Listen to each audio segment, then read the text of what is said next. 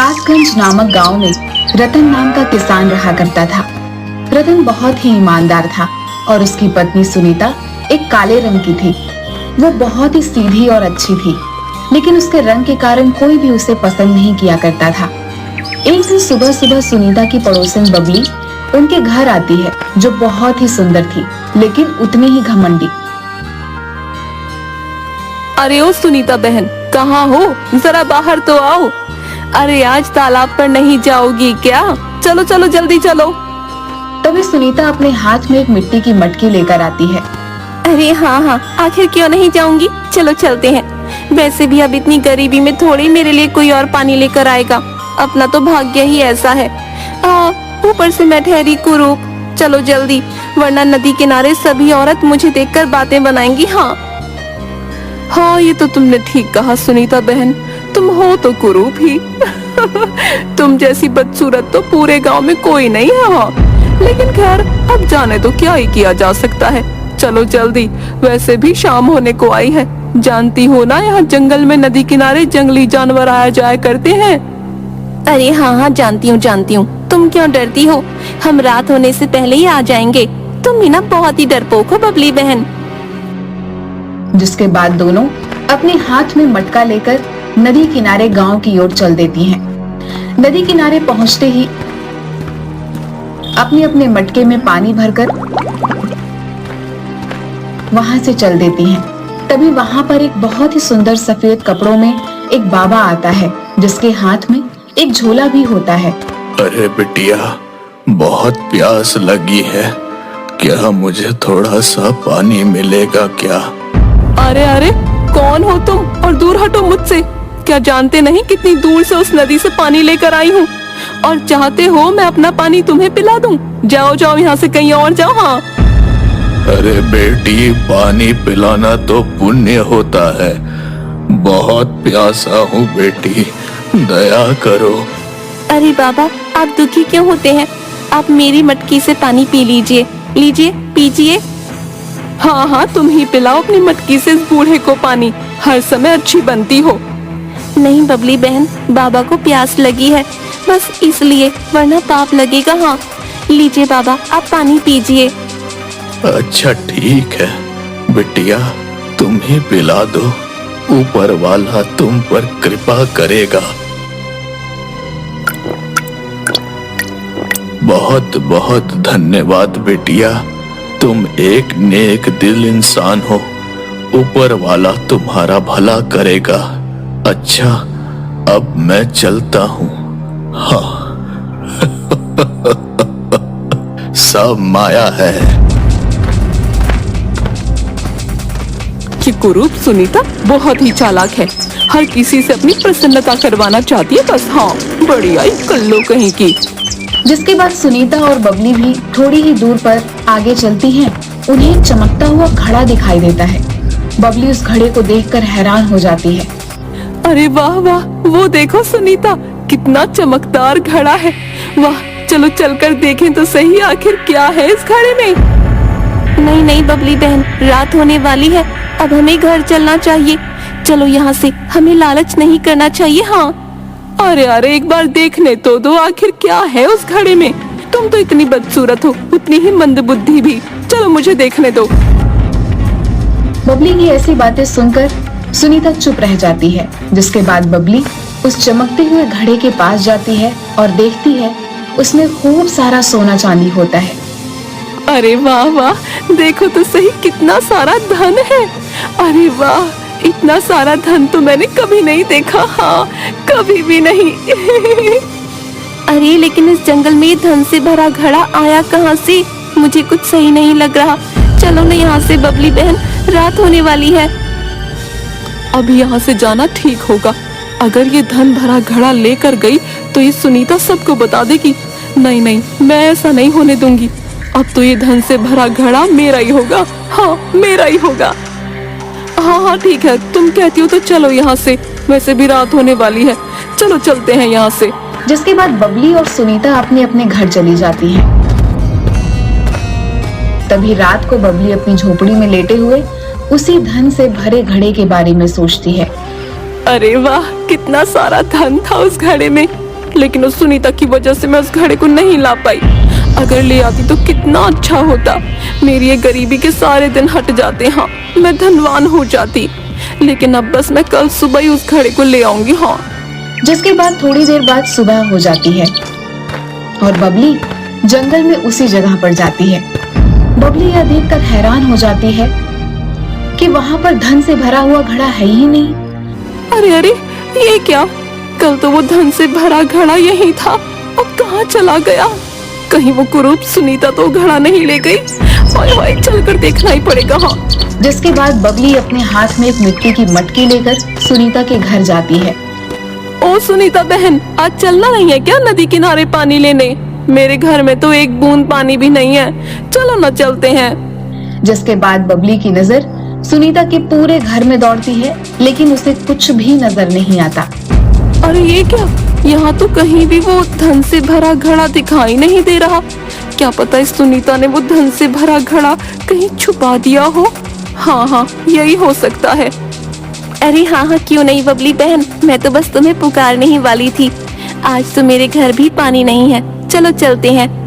जिसके बाद दोनों अपने हाथ में मिट्टी का मटका लिए नदी किनारे चल पड़ती हैं। दोनों नदी से अपने मटके में पानी लेती हैं और वहाँ से थोड़ी दूर चलती हैं तो देखती हैं कि फिर से उन्हें वही चमकदार घड़ा दिखाई देता है। अरे वाह वाह, ये तो वही धन से भरा घड़ा है। हाँ, बहुत ही अच्छा। लेकिन इस बार वहाँ पर उस घड़े के पास एक और घड़ा होता है जो बिल्कुल खाली होता है। अरे वाह वाह, आज तो मैं इस धन से भरे घड़े को अपने साथ लेकर ही जाऊंगी। हाँ, अब ये घड़ा मेरा होगा, बस मेरा। लेकिन मुझे कुछ ठीक नहीं लग रहा बबली बहन। अरे तुम चुप करो सुनीता बहन, देखो ये धन से भरा घड़ा तो मैं लेकर ही जाऊंगी। हाँ, अब से मैं बहुत धनवान हो जाऊंगी। अच्छा तो ठीक है, लेकिन देखो तो जरा, ये दूसरा घड़ा भी कितना सुंदर है। अरे वाह। अरे हाँ हाँ, वो तो दिख ही रहा है, लेकिन ये तो बिल्कुल खाली है। आखिर इसमें भला करूंगी क्या मैं? ये तो मुझे बड़ा सुंदर लग रहा है, इसे मैं रख लेती हूँ। क्या बावली हो गई है सुनीता, आखिर ये घड़ा तो एकदम खाली है। इस खाली घड़े का क्या करेगी भला? तुम्हें इतना समझदार और चालाक नहीं है ना। देखी, धन से भरा घड़ा पाकर मैं तो सबसे धनी हो गई। हाँ, सबसे धनी। अरे बबली बहन, मैं आखिर इस धन का क्या करूंगी? न जाने किसका धन है, कौन यहाँ छोड़ के चला गया। नहीं नहीं, मुझे क्या, मुझे तो खाली घड़ा ही चाहिए। हाँ, यही मेरे लिए बहुत होगा। जिसके बाद दोनों वहाँ से चली जाती हैं। तभी वहाँ पर वही सफेद कपड़े वाला बूढ़ा आता है और जोर जोर से हंसने लगता है। सब माया है। हाँ, सब माया है। अब माया अपना असली रूप दिखाएगी। हाँ, लालच बुरी बला है। हाँ। अरे वाह, आज तो मैं सबसे धनवान हो गई। अच्छा, अभी मैं इस घड़े को कहीं छुपा देती हूँ। हाँ, कहीं किसी की नजर पड़ गई तो अच्छा नहीं होगा। अरे वाह, कितना सुंदर घड़ा है, मन करता है इसे देखती ही रहूं। अगर मेरे पास कुछ चांदी के सिक्के होते तो मैं इस घड़े में उन्हें रखती। वाकई बड़ा सुंदर घड़ा है। सुनीता के ऐसा बोलते ही उस घड़ी में अचानक से तेज रोशनी होने लगती है और उनसे कुछ चांदी के सिक्के भी आ जाते हैं। अरे वाह, चांदी के सिक्के, ये तो चमत्कार हो गया। वाह, लगता है ये कोई जादुई घड़ा है। हाँ, मैं कुछ और भी मांगती हूँ इससे। हे जादुई घड़े, क्या तुम मुझे एक बहुत सुंदर चमकता हुआ सोने का हार दे सकते हो? बोलो बोलो। तभी उस घड़े में फिर से रोशनी होती है और उसमें से सोने का हार आ जाता है। वाह, कितना सुंदर हार है। इस जादुई घड़े को पाकर तो मैं धन्य हो गई। बस अब मुझे इस घड़े से और कुछ नहीं चाहिए, इतना ही काफी है। जिसके बाद सुनीता बहुत ही खुश हो जाती है। अगली सुबह बबली फिर से सुनीता के घर आती है। बबली सुनीता के गले में वो चमकता हुआ हार देखती है और हैरान रह जाती है। अरे ये क्या, इतना चमकता हुआ हार तुम्हारे पास कहाँ से आया सुनीता बहन? तुम्हें तो वो खाली घड़ा मिला था ना, तो ये हार कुछ समझ नहीं आया। अरे बबली बहन, वो खाली घड़ा कोई साधारण घड़ा नहीं बल्कि जादुई घड़ा है। हाँ, उसके कारण ही ये सब हुआ है। लेकिन बस अब मुझे उस जादुई घड़े से कुछ नहीं चाहिए। मेरे लिए तो इतना ही काफी है। हाँ, क्या वो जादुई घड़ा है? ये क्या हुआ? वो घड़ा तो मेरे पास होना चाहिए था। मैं उसे पाकर बहुत धनवान हो जाऊंगी। हाँ, मुझे वो जादुई घड़ा चाहिए किसी भी तरह। अच्छा ठीक है।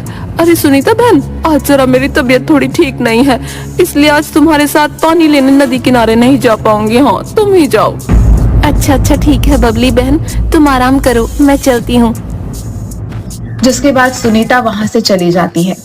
आधी रात को चुपके से बबली सुनीता के घर पर आती है, जहां सुनीता आराम से खर्राटे लेकर सो रही होती है। तभी बबली सुनीता की झोपड़ी से जादुई घड़ा चुराकर लेकर चली जाती है। अरे वाह वाह, अब तो मेरे पास और भी अधिक धन होगा। इस जादुई घड़े से और धन मांगती हूँ। हाँ, अरे ओ जादुई घड़े, मुझे खूब सारे गहने चाहिए। हाँ, खूब सारे दे दो मुझे गहने। जिसके बाद उस जादुई घड़े से खूब ढेर सारे सोने चांदी के गहने आ जाते हैं। अरे वाह वाह, कितने सारे गहने। बबली सारे गहनों को पहनकर शीशे के सामने खड़ी हो जाती है। अरे ये क्या? मैं तो इस गहने में बहुत खूबसूरत लग रही हूँ। नहीं, मुझे इस पूरे गांव में सबसे सुंदर और धनवान होना है। हाँ, अरे क्यों ना मैं इस जादुई घड़े से अपना रूप और अधिक संवारने को कहूँ। ये तो जादुई घड़ा है, ये सही रहेगा। अरे वो जादुई घड़े, मुझे बहुत सुंदर बना दो। हाँ, इतना सुंदर कि पूरे गांव में मुझसे सुंदर और कोई ना हो, कभी ना हो। कर दो मेरा रूप बहुत सुंदर। बबली के ऐसा बोलते ही बबली के मुंह पर खूब सारे दाने निकल आते हैं। उसकी नाक लंबी हो जाती है। बबली जैसे ही खुद को शीशे में देखती है तो जोर जोर से चिल्लाने लगती है। अरे ये क्या हो गया? मेरा तो सारा रूप ही भयानक हो गया। हाय, अब तो कोई मुझे देखना भी पसंद नहीं करेगा। हाय, अब मैं इन सारे गहनों का आखिर करूंगी क्या? कोई नहीं देखेगा मुझे। ये सब इस जादुई घड़े की वजह से हुआ है। मैं इस सुनीता को ये घड़ा वापस लौटा दूंगी। हाँ,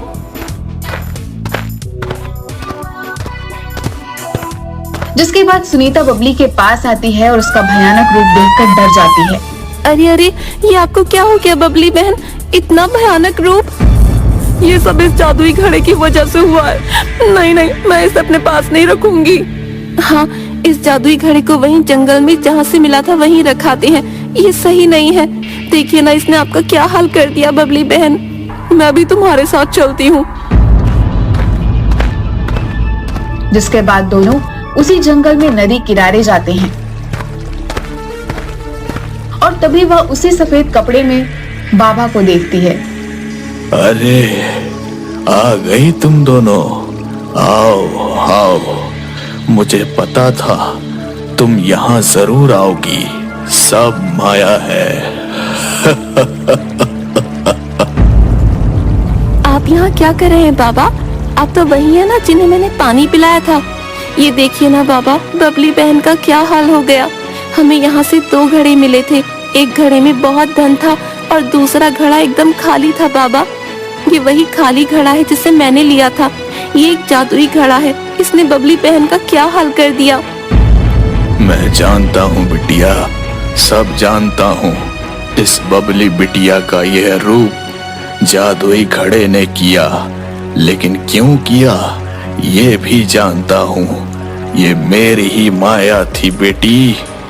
ऐसा सुनकर बबली और सुनीता दोनों हैरान हो जाते हैं। आपकी माया? आखिर कैसे? मेरा ये भयानक रूप आपकी माया की वजह से हुआ? आखिर क्यों? मैं इस जंगल में रहता हूँ। मैं कोई सामान्य मनुष्य नहीं हूँ, बल्कि एक तपस्वी हूँ जो भेष बदलकर इस जंगल में तपस्या किया करता हूँ। उस दिन जब मैंने तुमसे थोड़ा सा पानी मांगा तो तुमने अपने अहंकार के कारण मुझे पानी नहीं पिलाया, उल्टा मेरा अपमान किया। तुम एक लालची और घमंडी स्त्री हो, ये तो मैं पहले ही समझ गया था। इसलिए ही मैंने ही वो माया रची। ये दोनों मायावी घड़े मेरे ही बनाए हुए हैं। एक मायावी घड़े के धन से तुम्हारी लालच की भूख शांत नहीं हुई, तो तुमने इस नेक दिल सुनीता बेटी का घड़ा भी चुरा लिया, जिससे तुम्हें जरूरत से ज्यादा प्राप्त करना चाहा। पूरे गांव में सबसे सुंदर बनने की चाह ने ही तुम्हारा ये हश्र किया। बबली जोर जोर से रोने लगती है। मुझे माफ कर दीजिए बाबा, मुझसे बहुत बड़ी गलती हो गई।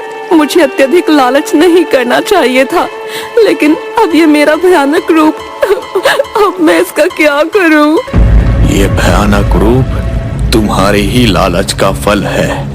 इससे अब तुम्हें कभी मुक्ति नहीं मिलेगी। हाँ, और सुनीता बिटिया, तुम एक नेक दिल इंसान हो। क्या हुआ जो दुनिया वालों के बनाए गए सुंदरता के पैमानों में तुम्हें सुंदर नहीं समझा जाता। जिसके बाद वो बूढ़ा वहाँ से चला जाता है और बबली जोर जोर से रोती रहती है। हाय, ये मैंने क्या कर दिया? मुझे लालच नहीं करना चाहिए था। अधिक रूपवती होने के लालच में मुझे ले डूबा। हाय, ये क्या कर दिया मैंने?